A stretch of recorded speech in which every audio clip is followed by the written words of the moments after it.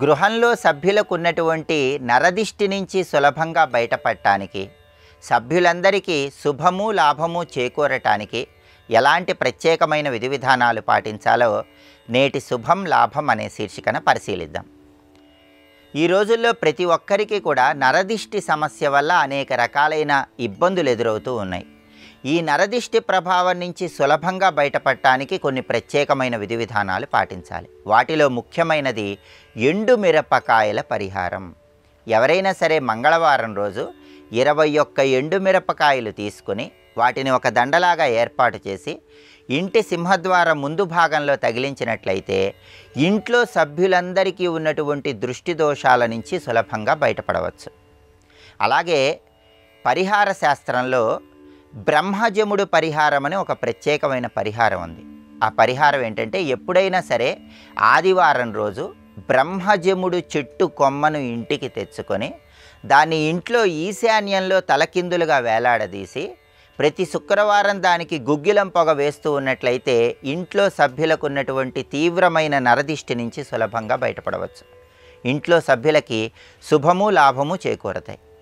అలాగే నరదిష్టిని సంపూర్ణంగా పోగొట్టే శక్తి రామమునగ చెట్టుకు ఉంటుందని కూడా ప్రామాణిక గ్రంథాల్లో చెప్పారు. అందుకే రామమునగ చెట్టును రామరక్షను కలిగించేటటువంటి చెట్టుగా కూడా వర్ణించారు.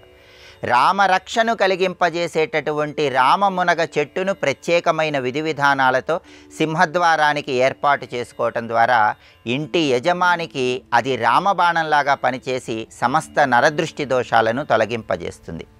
ఈ రామమునగ చెట్టు అనేటటువంటిది నదీ తీరాలలో కనిపిస్తుంది, అలాగే ఎడారి ప్రాంతాలలో కనిపిస్తుంది, చిన్న చిన్న పొదల్లో కూడా కనిపిస్తుంది. ఈ రామమునగ చెట్టుకు కాయలు వంకాయలాగా ఉంటాయి, పైన కాండం మీద ముళ్ళులాగా ఉంటుంది. అమావాస్య రోజు సంధ్యా సమయంలో రామమునగ చెట్టును తెచ్చుకొని మర్నాడు ఉదయం పూట ఈ రామమునగ చెట్టుని ఇంటి సింహద్వారానికి ఏర్పాటు చేయటం ద్వారా ఇది ఇంటి యజమానికి, ఇంట్లో ఉన్న సభ్యులందరికీ రామరక్షలాగా పనిచేస్తుందని కూడా ప్రామాణిక గ్రంథాల్లో చెప్పారు. అలాగే మనకి శంఖాలలో ముళ్ళ శంఖము అని ఒక ప్రత్యేకమైన శంఖం ఉంటుంది. 1 అంగుళం నుంచి 5 అంగుళాల వరకు ఈ ముళ్ళ శంఖం లభిస్తూ ఉంటుంది. ముళ్ళ శంఖానికి సమస్త దృష్టి దోషాలను పోగొట్టేటటువంటి శక్తి ఉంటుంది. కాబట్టి ఈ ముళ్ళ శంఖము పైన ముళ్ళులాగా ఉన్నటువంటి ఈ ముళ్ళ శంఖాన్ని తెచ్చుకొని దాన్ని పూజా మందిరంలో మంగళవారం రోజు ఆంజనేయ స్వామి వారి చిత్రపటం దగ్గర ఉంచి ఆంజనేయ స్వామిని సింధూరంతో పూజించి ఆ తర్వాత ఈ ముళ్ళ శంఖాన్ని ఒక నలుపు రంగు వస్త్రంలో ఉంచి దానిపైన ఒక ఎరుపు రంగు వస్త్రము, దానిపైన ఒక పసుపు రంగు వస్త్రము, దానిపైన ఒక తెలుపు రంగు వస్త్రము ఉంచి ఈ ముళ్ళ శంఖం మూటను మీ పూజా మందిరంలో ఏర్పాటు చేసుకోవటం ద్వారా ఇంట్లో ఉన్న సభ్యులందరికీ సంపూర్ణంగా నరదిష్టిని ఇది తొలగింపజేస్తుంది. ఇలా ప్రత్యేకమైనటువంటి విధి విధానాలు పాటించడం ద్వారా నరదిష్టి సమస్య నుంచి సులభంగా బయటపడి సమస్త శుభాలను లాభాలను అందిపుచ్చుకోండి.